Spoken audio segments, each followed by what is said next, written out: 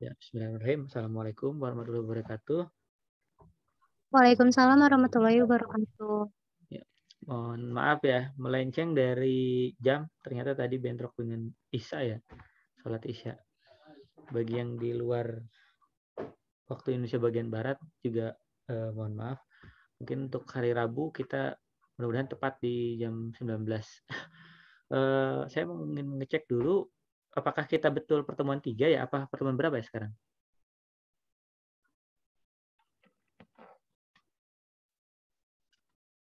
Ya, gimana? Ya Respon? betul Pak, pertemuan 3. Oke.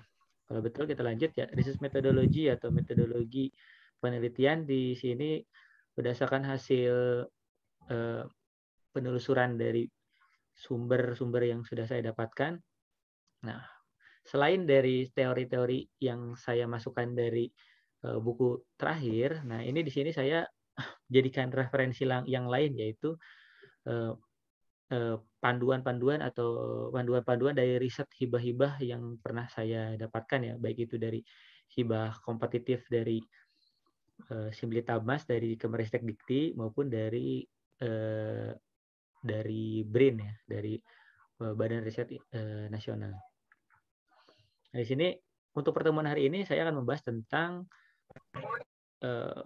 bagian dari riset penelitian, yaitu kalau dalam baik itu proposal maupun di hasil laporan penelitian itu sering kita temui. Yang pertama yaitu abstrak. Nah, abstrak di awal kalian buat satu penelitian, baik itu proposal maupun itu laporan hasil, nah itu sering kalian temukan di bagian awal dari penelitian. Nah, di sini saya coba jelaskan bahwa abstrak itu pada saat penyusunan kalian bukan menyusun abstrak di awal. Ya, saya ulangi ya, abstrak itu bukan disusun di awal. Jadi jangan sampai keliru. Memang penempatannya ada di awal laporan atau di awal proposal, tapi yang harus kalian lakukan adalah abstrak itu harus dikerjakan di akhir. Di akhir kalian membuat sesuatu laporan. Misalnya kalian membuat laporan hasil penelitian atau laporan KP atau tugas akhir. Nah, abstrak itu setelah kalian selesai menyusun itu semua, abstrak itu dilakukan di akhir. Kenapa harus dilakukan di akhir? Karena di sini dijelaskan bahwa tuliskan hasil ringkasannya atau ringkasan kegiatan atau riset yang akan dilaksanakan jika berupa proposal ya yang akan dilaksanakan. Tapi kalau laporan hasil berarti yang telah dilaksanakan dengan menjelaskan masalah yang akan diteliti dan latar belakangnya. Jadi poin yang pertama adalah menjelaskan masalah yang akan diteliti dan latar belakangnya. Gimana letak strategis kegiatannya atau riset diusulkan guna mengatasi permasalahan yang dihadapi. Terus abstrak di sini dilakukan menjelaskan tahap-tahap riset yang dilakukan. Jadi kalau kalian membentuk satu abstrak itu di awal, berarti kalian akan kebingungan. Kalian belum menyusun tahap-tahap riset, kalian hasil, metode dan lain-lain itu kalian belum merencanakan. Jadi lebih baik selesaikan semua. Nah, tadi masalah dan latar belakang biasanya kalian susun di bab 2. Kemudian tahap-tahapan riset yang akan dilakukan, kegunaan hasil, metode itu kan biasa kalian lakukan di bab 3 ya, di metodologi penelitian di bab 3. Terus hasil yang didapatkan, rencana yang selanjutnya itu kalian biasanya ada di bab 4 atau misalnya di beberapa prodi itu ada sampai bab 5 untuk analisis hasil. Nah, kemudian ada rencana selanjutnya dan luaran yang dicapai. Luaran yang dicapai itu bisa berupa misalnya tugas akhir berupa artikel jurnal ataupun misalnya berupa prototipe atau luaran-luaran yang lainnya kalian jelaskan. Di awal tadi dijelaskan bahwa abstrak itu harusnya secara ringkas. Makanya jumlah kata yang abstrak itu biasanya dibatasi. Nah, dibatasi ini beda-beda dari tergantung pedoman penelitiannya. Kalau kalian kalau menyusun tugas akhir, kalian cek di pedomannya itu berapa. Nah, ada beberapa sumber yang mengatakan tidak boleh atau maksimal 300 kata. Ada juga sumber yang lain menyatakan bahwa itu 500 kata. Nah, jadi di sini bisa dipastikan bahwa tidak ada abstrak yang melebihi 500 kata. Dari berbagai sumber itu hanya sampai 3 atau kalau enggak 300 ya 500. Berarti antara itu ya. 300 atau 500. Jadi itu juga tergantung dari pedoman dari penelitian atau pedoman penyusunan proposal.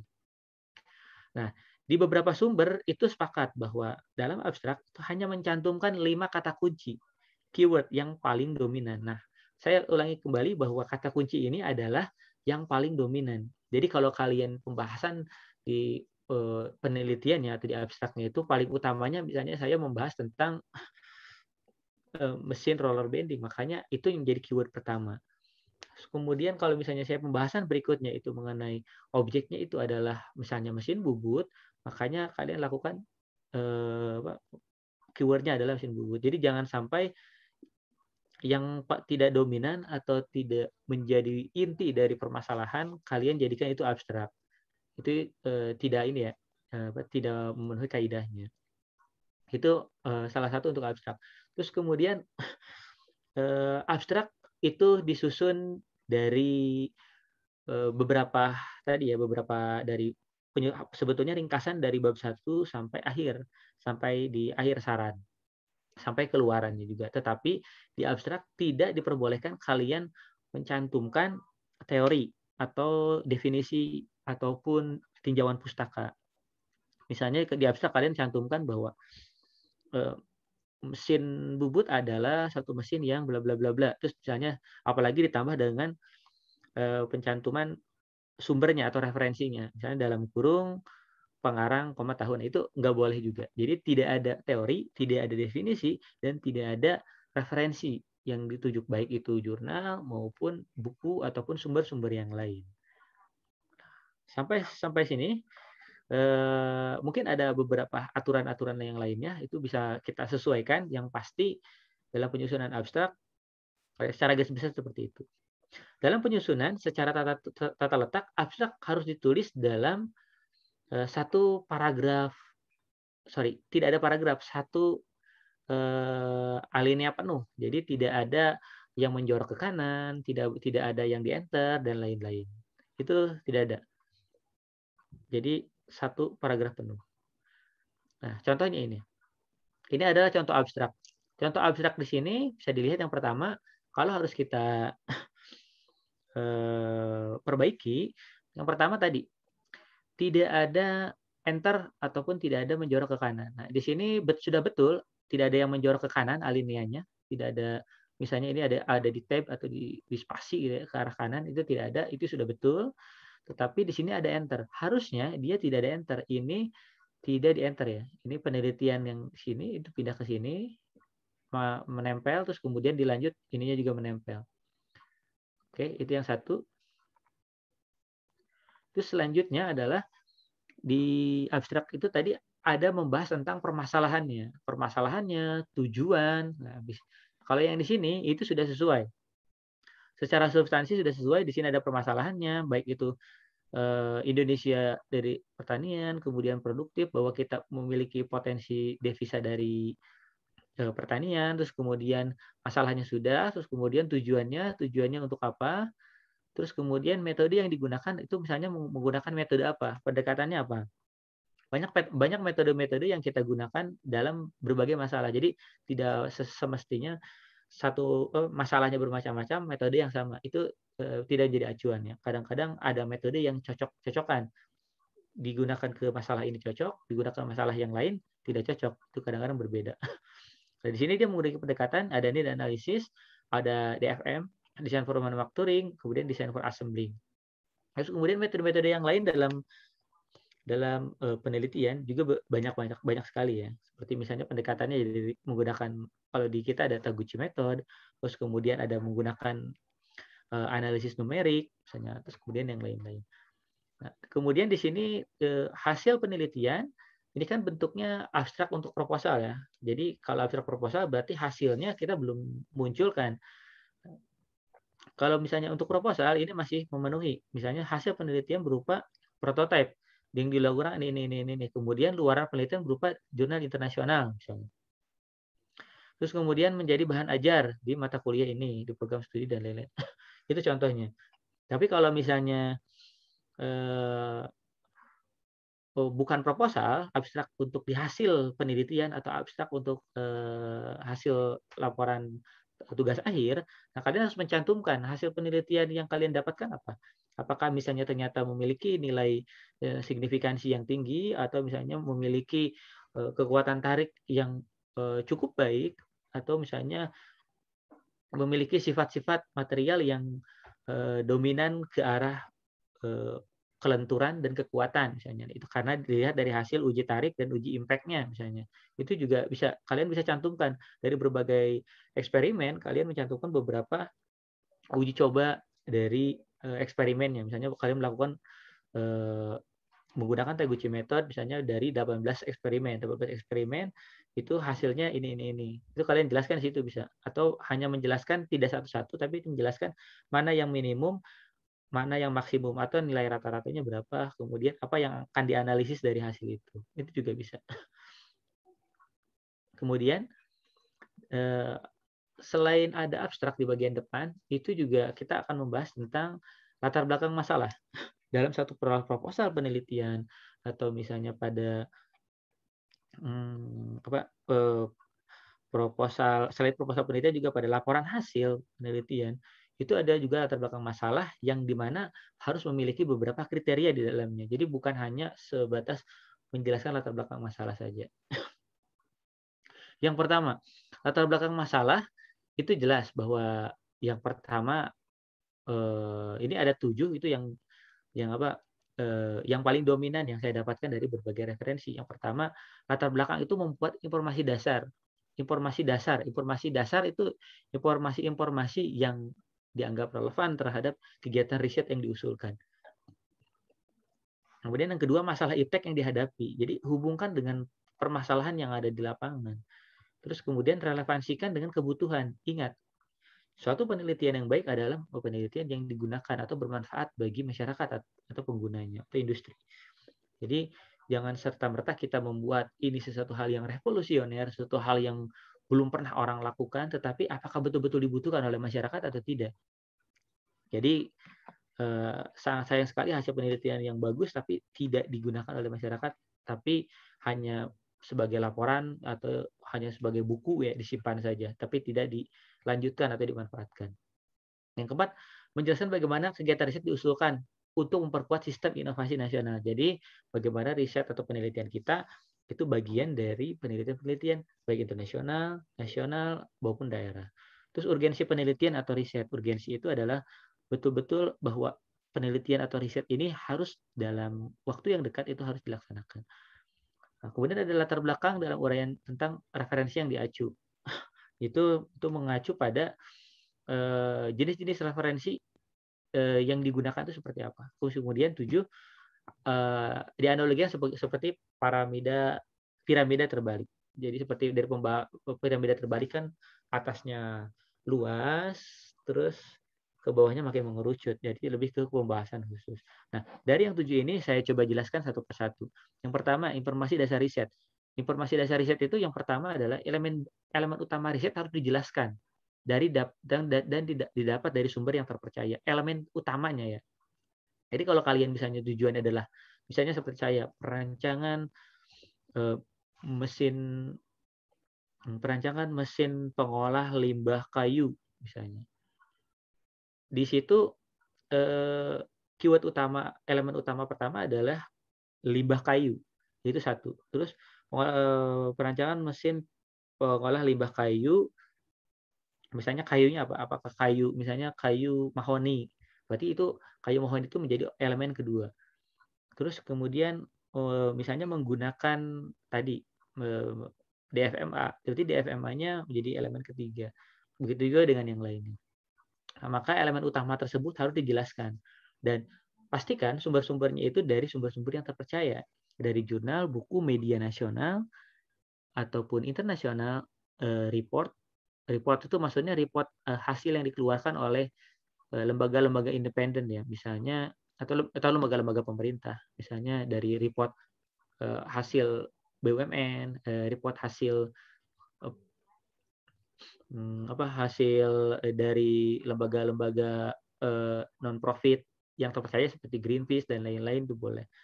Terus atau misalnya dari hasil statistik resmi, misalnya dari Badan Pusat Statistik atau misalnya dari dari statistik yang dikeluarkan oleh lembaga-lembaga yang relevan, misalnya kayak COVID, itu lembaga-lembaga yang berhubungan dengan COVID, lembaga-lembaga dunia atau lembaga nasional. Nah, yang berikutnya harus dapat memberikan informasi yang valid atau fakta, tidak diperbolehkan berupa opini atau pendapat pribadi. Jadi di sini dijelaskan bahwa informasi dasarnya itu adalah informasi yang valid. Salah satu informasi yang valid adalah informasi yang betul-betul data dari hasil yang sumber yang terpercaya yang di poin nomor sebelumnya. Nah, jadi jangan sampai kalian misalnya menjelaskan bahwa misalnya COVID-19 telah memakan korban sampai 1 juta jiwa. Tapi kalian tidak cantumkan sumbernya yang 1 juta jiwa itu, maka itu disebut dengan opini. Kalau disebut fakta, berarti kalian lansir itu dari sumber yang lain. Misalnya, dilansir dari detik.com bahwa jumlah korban COVID-19 di Indonesia sudah mencapai 1 juta penduduk misalnya. Atau kalian sebutkan sumber yang lain. Hasil statistik resmi dari covid19.com bahwa korban-korbannya sampai sekian, terus kemudian terdiri dari spesifikasinya sekian. Itu bisa. Jadi apabila menyajikan data atau angka, maka itu tampilkan itu dengan buktinya atau sumbernya. Jadi jangan sampai kalian membuat opini dalam latar belakang. Jelas sekali bahwa latar belakang itu adalah menjelaskan masalah yang sudah ada. Kalau yang sudah ada berarti harusnya yang valid, yang sudah ada datanya. Terus kemudian sumber yang valid dan kredibel itu tidak berasal dari waktu yang terlalu lama. Misalnya di sini kita batasi misalnya dalam waktu 5 tahun terakhir. Kalau kalian mencari jurnal, buku, media, internasional, report, dan lain-lain, kalian lakukan itu atau kalian seleksi itu menjadi 5 tahun terakhir. Kenapa 5 tahun terakhir? Ini dianggap adalah waktu yang masih valid untuk penelitian itu dianggap masih layak kebaharuannya. Jadi jangan sampai jangkanya 10 tahun kalian meneliti tentang mesin penjernih air. Ternyata mesin penjernih air itu kalian 10 tahun yang lalu itu belum ada. Nah, ternyata di 5 tahun terakhir nyata dia ada. Nah, itu tidak boleh. Jadi makanya itu risetnya terlalu old ya, terlalu kuno gitu. Terus kemudian jika memungkinkan ini deskripsikan gap informasi yang belum pernah ada atau yang belum pernah dijelaskan dalam informasi valid yang ada. Jadi bilang saja kalau misalnya hasil ekspor Indonesia itu misalnya unggul di bidang di pertanian kelapa, di padi misalnya. Tetapi di sini Indonesia tidak pernah naik dari tahun ke tahun selama 5 tahun terakhir. Misalnya 5 tahun terakhir itu dalam pengolahan tadi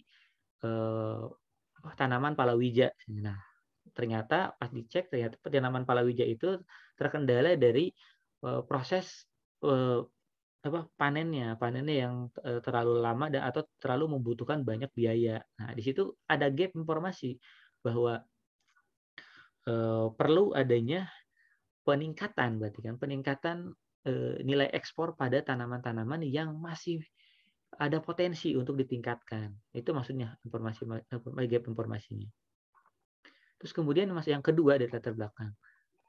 Ya, masalah iptek yang dihadapi. Nah, di sini yang pertama apa yang terjadi dari dampak belum terlaksananya. Jadi kalau misalnya membuat satu ide tapi tidak akan terlaksana, maka dampak apa yang akan terjadi di lapangan atau di masyarakat. Terus kemudian apa yang diharapkan dari penerapan ipteknya. Jadi kalau misalnya ini dilaksanakan, apakah meningkatkan tadi nilai devisa, meningkatkan nilai ekspor dari tanaman tersebut, atau meningkatkan perekonomian dan pertumbuhan ekonomi dari Indonesia. Terus yang ketiga, misalnya gunakan perbandingan antara dua masalah yang terjadi. Misalnya kalau misalnya itu dibiarkan, terus kemudian masalah alat panennya itu tidak terlaksana, apa yang akan terjadi dari kedua masalah itu? Terus kemudian selain itu itu harus menunjukkan relevansinya dengan kebutuhan di industri atau masyarakat. Nah, yang pertama ini tunjukkan bahwa hasil risetnya itu betul-betul secara tepat guna mendukung penyelesaian permasalahan. Nah, permasalahan baik itu di masyarakat ataupun menjadi bentuk solusi dalam satu industri, baik industri mikro, kecil, menengah atau besar. Jadi maksudnya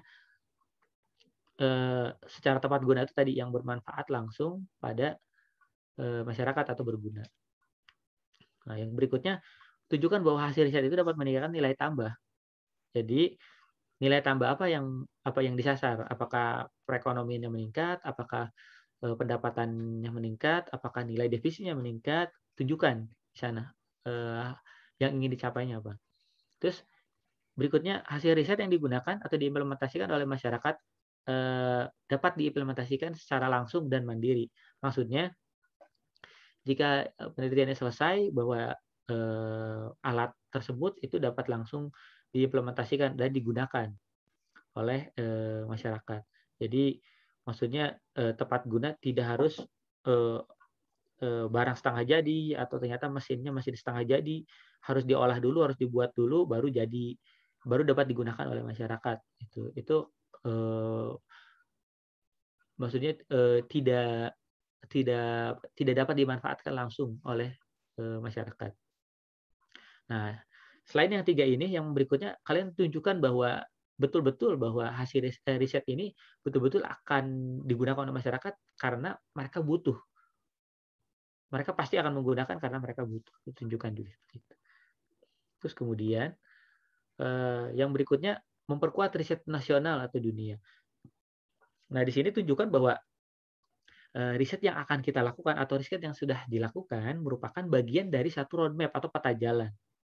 Atau di nasional itu ada nama juga PRN, yaitu prioritas riset nasional. Nah, prioritas riset nasional apa saja? Nah, kalian bisa browsing bahwa satu penelitian, baik itu karya tulis ilmiah, kerja praktek ataupun tugas akhir, ataupun kalian mau membuat lomba-lomba karya tulis yang lain, itu kalian hubungkan itu dengan pada di latar belakang itu hubungan dengan prioritas riset nasional. Kenapa hubungkan? Karena banyak yang tidak menjadi prioritas karena misalnya dalam industri 4.0 yang digunakan sekarang ini. Jadi intinya harus sejalan dengan riset nasional, baik itu jangka pendek, menengah maupun panjang. Nah, dari berikutnya selain masalah nasional ada juga yang masalah dunia, itu biasa kita kenal dengan SDGs atau Sustainable Development Goals. Jadi ada beberapa kalau tidak salah 17 ya, 17 sektor dalam SDGs. Itu salah satunya yaitu tadi energi, terus kemudian material maju, kemudian ada tentang kemiskinan, masalah air dan lain-lain. Itu menunjang SDGs, itu berarti menyelesaikan permasalahan dunia. Terus kemudian riset yang dilakukan juga sesuai dengan rencana pembangunan daerah setempat. Nah, seperti yang di Karawang, seperti juga RPJMD, rencana pembangunan jangka menengah misalnya di Kabupaten Karawang. Nah, kita bisa dilihat dari rencana Karawang tersebut, itu risetnya ke arah mana? Apakah ke arah teknologi pertanian, apakah ke arah industri, atau ke arah yang lain, misalnya kesehatan, obat-obatan, dan lain-lain. Nah, kita bisa ikut andil di situ. Kenapa kita harus menunjang SDGs, menunjang riset nasional, menunjang riset daerah? Karena biasanya kalau yang kita lakukan ya beberapa peneliti itu hubungannya adalah dengan pendanaan. Biasanya kalau saat ini sedang riset nasional sedang menggalakkan hal tersebut atau dunia, biasanya kita untuk mendapatkan dana hibah itu lebih mudah. Jadi lebih mudah untuk di-approve atau diterima. Terus kemudian kalau dari urgensi penelitian itu hanya perlu dijelaskan itu kira-kira dampak yang terjadi jika terjadi pembiaran dari permasalahan yang di latar belakang. Nah, pastikan bahwa belum pernah dilaksanakan sebelumnya atau ada nilai kebaruan atau bisa dikatakan memiliki nilai novelty. Novelty-nya itu adalah kebaharuan atau keunikan dari penelitian yang belum pernah dilakukan oleh peneliti sebelumnya. Oke. Yang berikutnya jelaskan secara ringkas tanpa pengulangan kalimat. Misalnya kalimatnya diulang-ulang, di paragraf ini disebut, di paragraf berikutnya disebut lagi, terus seperti itu. Terus itu tidak diperbolehkan. Terus ada pengulangan kalimat atau topik bahasan, ya, tidak. Terus kemudian referensi yang digunakan itu haruslah saling mendukung, bukan bersifat redundant. Redundant itu adalah pengulangan yang sama atau menjadi tidak beraturan. Misalnya pembahasan sudah 2 paragraf di dalam latar belakang menjelaskan semuanya itu tentang misalnya mesin bubut atau menjelaskan tentang metodenya Taguchi. Padahal itu menjelaskan berulang-ulang kali, bahkan itu nilai sumbernya setara. Itu bersifat redundant. Terus referensi menyajikan hasil yang relevan dengan topik pembahasan. Jadi topik pembahasan yang tadi elemen penting di dalam judul atau topik penelitian. Terus kemudian di latar belakang tidak membahas teori dari, yaitu bukan dana, dari pengertian satu hal. Jadi tidak boleh misalnya ada pengertian dari Taguchi method adalah mesin bubut adalah gitu. Silakan simpan pengertian atau definisi dari teori tersebut di tinjauan pustakanya atau di landasan teorinya ya di bab 2. Nah, ini tadi sudah dijelaskan bahwa haruslah bersifat umum ke khusus. Jadi penjelasannya itu dari satu hal yang dunia, sektoral, nasional, provinsi, daerah, bahkan langsung ke topik khusus dari risetnya. Nah, masing-masing dari umum ke khusus itu menjelaskan dari gap penelitiannya. Misalnya dari permasalahan dunia tadi ada sumbernya, terus kemudian dijelaskan dengan existing, dengan sekarang apakah sudah ada atau belum. Begitu juga dengan sektoral, misalnya ASEAN atau misalnya Asia saja, terus kemudian ke nasional, provinsi dan lain-lain. Ya, mungkin sampai sini saja penjelasannya. Mungkin di nanti penjelasan berikutnya di hari Rabu ya, Rabu malam. Mungkin sampai saat ini ada tanggapan dulu, silakan.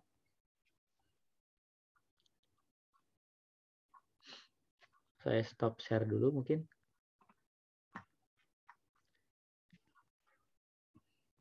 Ya, silakan.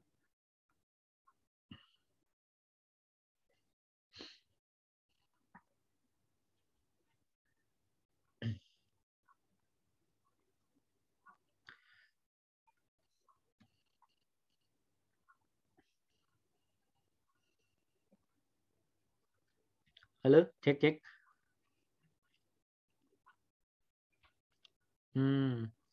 Oke. Oke. Nanti terkait dengan di latar belakang kita ada tugas ya. Nanti tugas saya sampaikan di grup Telegram terkait masing-masing harus secara individu harus membuat bagaimana menyusun latar belakang masalah yang sesuai dengan kaidah-kaidah yang sudah saya jelaskan seperti tadi. Jadi pengumpulan seminggu ya, sampai hari Minggu maksudnya. Sampai hari Minggu hanya kalian membuat satu latar belakang saja. Nanti saya batasi dari jumlah katanya, dari topiknya, itu silakan. Jadi latar belakang tersebut juga nanti akan saya cek nilai plagiatnya ya, apakah misalnya ternyata ngambilnya dari latar belakang penelitian orang lain atau dari internet, itu juga bisa ke detect. Oke, ada pertanyaan mungkin? Jadi nanti penjelasannya seperti itu ya. Kalau kita lagi bahas latar belakang, kalian buat latar belakang. Kalau misalnya kita sedang membahas metode, nanti kalian latihan membuat metode dan lain-lain. Di mana di dalamnya latar belakang harus mencantumkan sumber ya. Nanti sumbernya dari artikel jurnal, buku, media atau report, statistik dan lain-lain. Itu kalian cantumkan menggunakan cara yang sudah diajarkan atau dijelaskan di pertemuan sebelumnya ya. Kalian kan sudah dijelaskan juga di pertemuan sebelumnya. Seperti itu. Atau bisa browsing juga boleh, enggak.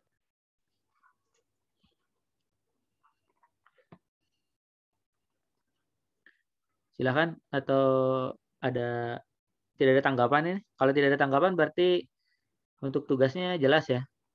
Berarti hari Minggu terakhir bukan terkait latar belakang. Nanti apa namanya? Temanya nanti saya tentukan. Jadi diharapkan tidak ada yang bertanya terkait hal-hal teknis lainnya ya, karena berarti sudah jelas di sini. Oke, untuk Firdaus mungkin ada tanggapan Firdaus? Mungkin tadi saya contoh-contohnya hanya bersifat teknik ya. Mungkin nanti ada yang kurang jelas mungkin dari sisi non engineering ya. Mungkin bisa ditanyakan atau dikonfirmasi.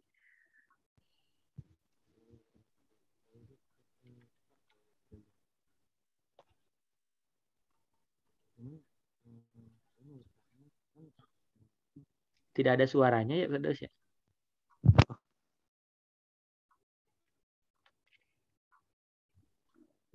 Tes sudah Nah, kedengaran Pak. Sudah muncul.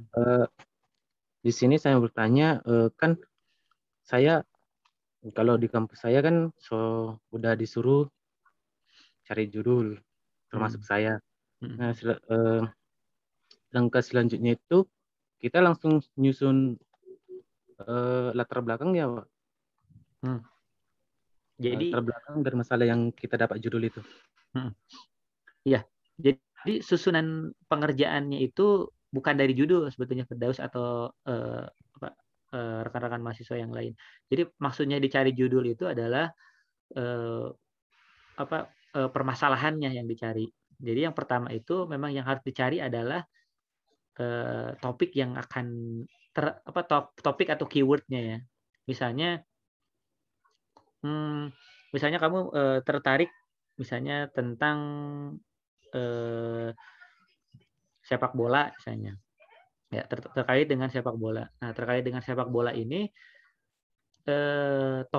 topiknya belum judul ya. Judul itu berarti kalau saya asumsikan itu urutannya kayak tadi. Kalian susun dulu bab 1, bab 2, bab 3, bab 4 atau proposal ya, bab 1, bab 2, bab 3, kemudian abstrak, kemudian baru judul. Jadi judul terakhir sebetulnya. Jadi yang permasalahan pertama itu adalah permasalahan topik yang akan diangkat. Misalnya saya bentuk tentang sepak bola. Wah, ternyata saya menarik melihat permainan MU misalnya. Nah, ternyata melihat dari permainan MU ternyata yang saya suka ternyata formasinya yang 4-2-3-1 misalnya. 4-2-3-1. Nah, kamu mau melakukan itu di analisis misalnya. 4-2-3-1 ini ternyata makin zaman dulu itu banyak sering dipakai dan sering juara-juara, tapi sekarang kok yang menggunakan ini banyak yang sering terjadi gagal, sering kalah dan lain-lain. Nah, kamu analisis itu. Nah, makanya dari permasalahan itu dicari sejak kapan, sumber-sumbernya, di latar belakangnya dan lain-lain. Nah, itu strateginya. Nah, di beberapa di beberapa topik saya kadang-kadang menyarankan mahasiswa saya untuk menyusun masalahnya itu bukan dari bab 1 sebetulnya, tapi dari permasalahan itu dari bab 3, dari metode. Di mana metode itu isinya kalau membuat proposal itu rohnya itu ada di metode, ada di bab 3. Nah, di mana bab 3 itu sudah jelas sekali saya akan flowchart-nya apa, urutan alur penelitiannya apa, algoritmanya apa. Terus nanti si sepak bola ini akan saya analisis dengan metode apa, metode yang saya gunakan itu tahapan-tahapannya apa di bab 3 kan ada ya. Terus kemudian menggunakan alat atau misalnya pertanyaan kuesioner atau misalnya alat ujinya apa. Jadi saya cantumkan di situ. Biasanya saya menyuruh mahasiswa saya untuk fokus di bab 3. Karena setelah bab 3 selesai, penyusunan di bab 1 itu gampang. Tinggal ngambil dari bab 3. Terus penyusunan dari bab 2 apalagi ya, lebih gampang lagi. Nah, setelah itu baru nyusun abstrak dan judulnya kelihatan. Oh, kayaknya kalau pembahasan saya kayak gini, oh saya ketahuan. Di bab 3 tadi sudah ketahuan kan saya mau menggunakan metode apa, ujinya apa, terus kemudian objeknya apa, lalu saya tentukan judulnya. Nah, itu. Jadi larinya itu bukan dari judul. Judul itu bahkan harusnya luaran atau outputnya. Gitu ya. Jadi memang agak salah pengertian pada saat harus mencari judul, itu bukan mencari judul dalam waktunya dalam hal yang real ya. Tapi judul itu adalah output setelah kamu melaksanakan bab 1, bab 2 dan bab 3 gitu. Jadi paling gampang menemukan masalah ya latar belakang masalah dulu, latar belakang masalah, terus ketujuan, baru bab 3. Lagi-lagi bab 2 itu hanya tinjauan-tinjauan teori yang relevan yang menunjang bab 3 dan bab 4. Bab 2 itu ya. Jadi kalau misalnya bab 3-nya mau ngejelasin metodenya metode Taguchi, kamu teori Taguchi. Menjelaskan metode tentang sejarah sepak bola 4-2-3-1, sebutkan di situ. Itu penjelasannya gitu. Mungkin ada yang perlu ditanggapi lagi, Firdaus? Cukup, Pak. Baik. Terima kasih. Mungkin yang lainnya ada tanggapan lagi mungkin? Ya, silakan bertanya atau saya tentukan saja ya. Temanya bebas. Jadi untuk pengumpulan nanti temanya silakan kalian buat bebas. Terus di minggu depan, di hari Rabu kan tidak mungkin ya, karena belum dikumpulkan. Jadi silakan buat. Nanti kita akan saya coba tampilkan beberapa yang menarik ya. Kalau semua kayaknya tidak cukup. Saya tampilkan beberapa yang menarik. Mungkin ada 5 yang menarik. Nanti kita akan breakdown yang kira-kira kekurangannya apa, apakah sudah sesuai atau belum, atau ada tambahan nggak, masukan, nah gitu.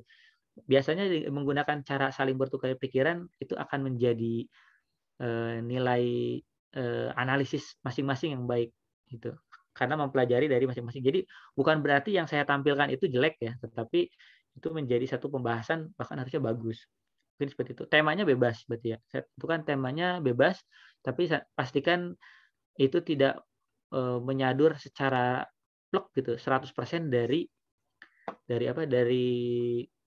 internet, kata-katanya mirip sekali, mohon untuk diparafrase atau diubah kalimatnya dari awal.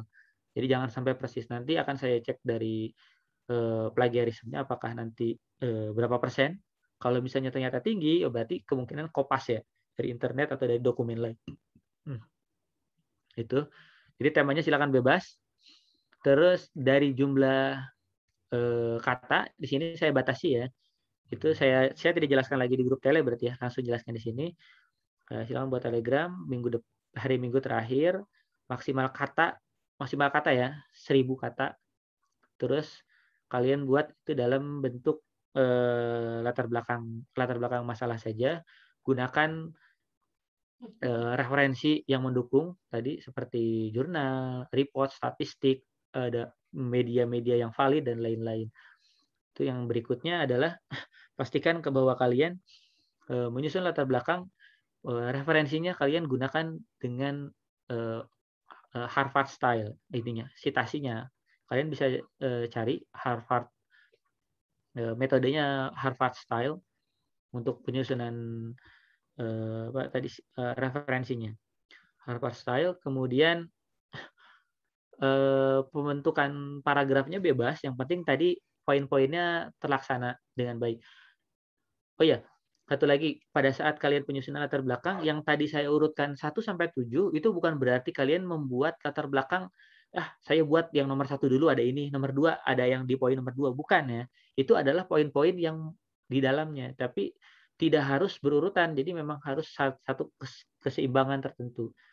Jadi kayak tadi piramida terbalik harus terakhir. Enggak, itu tuh sebetulnya menyangkup semuanya. Gitu. Nanti kita bahas tugas-tugasnya. Yang salah kita betulkan, yang betul kita bahas biar dari yang lainnya ada masukan dan lain-lain. Topik-topiknya bebas, apakah topik yang akan menjadi saya penelitian TA nanti atau skripsi saya nanti, atau misalnya penelitian KP atau PLP yang saya nanti, itu boleh, silakan. Itu nanti kita bahas itu dari latar belakang. Nanti masuk ke pembahasan berikutnya, nanti sampai di akhir kalian proposal lengkap secara utuh sudah jadi. Gitu. Jadi boleh ya, apakah boleh bentuk proposal tadi, ataupun misalnya, Pak saya mau bikin lomba artikel ilmiah, itu boleh, silakan buat hal seperti itu. Jadi sekalian nanti kita diskusi dan lain-lain. Kita bedah juga nanti bedah hasil yang kalian buat. Oke, mungkin ada pertanyaan yang lain dari yang lain?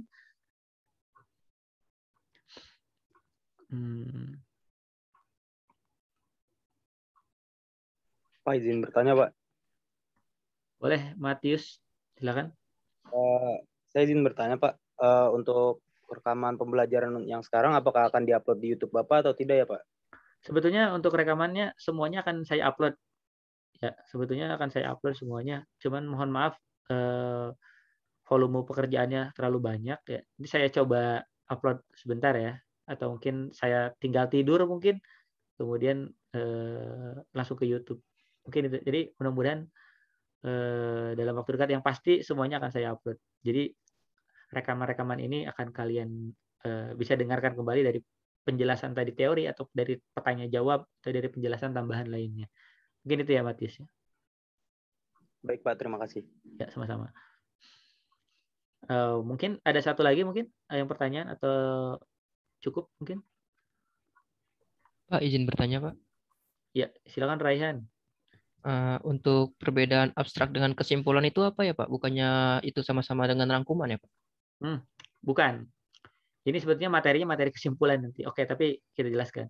Jadi yang saya jelaskan tadi, di mana di dalam abstrak itu ada poin-poin seperti di dalamnya ada latar belakang, kemudian ada tujuan, metode yang digunakan, terus kemudian ada hasil, terus ada luarannya mau jurnal dan lain-lain. Nah, berbeda dengan kesimpulan. Kesimpulan itu hubungannya dengan tujuan. Jadi gini, tujuan yang kamu ingin tuju itu adalah misalnya tadi untuk merancang mesin pengolah sampah organik misalnya. Nah, di tujuan itu kamu jawab itu atau kamu analisis itu di bab 4. Di bab 4 itu apa dirancangnya, hasil rancangannya gimana, apakah misalnya tensile strain-nya sekian, kemudian menggunakan analisis DFMA dan lain-lain. Nah, nanti di hasil kesimpulannya kamu cantumkan itu kesimpulan itu menjawab tujuan tapi menggunakan hasil dari kesimpulan. Nah, contohnya tadi tujuannya adalah merancang mesin limbah organik ya, pengolah limbah organik. Nah, untuk menjawab itu kamu jawab itu di kesimpulannya adalah satu, misalnya mesin pengolah limbah organik itu yang digunakan itu misalnya menggunakan material apa, terus kemudian memiliki nilai ekonomisnya berapa lama, terus kemudian ternyata memiliki daya kapasitas daya untuk mengolahnya itu sampai 10 kilo. Nah, itu adalah hasil dari perancangan. Itu di kesimpulan. Nah, terus yang membedakan dengan abstrak kembali adalah si abstrak itu kalau kamu baca abstrak itu kamu membaca keseluruhan dari hasil penelitian. Itu hanya satu halaman tapi membaca keseluruhannya. Makanya pada saat ada penelitian yang menarik cukup baca abstraknya. Tapi kalau di kesimpulan, kamu di kesimpulan itu tidak bisa membaca apa itu latar belakangnya, apa itu metodenya, cara-caranya, langkah-langkahnya itu nggak bisa. Karena di kesimpulan itu hanya membahas tentang hasil dari bab 4. Hasil dari bab 4 tapi menjawab tujuan.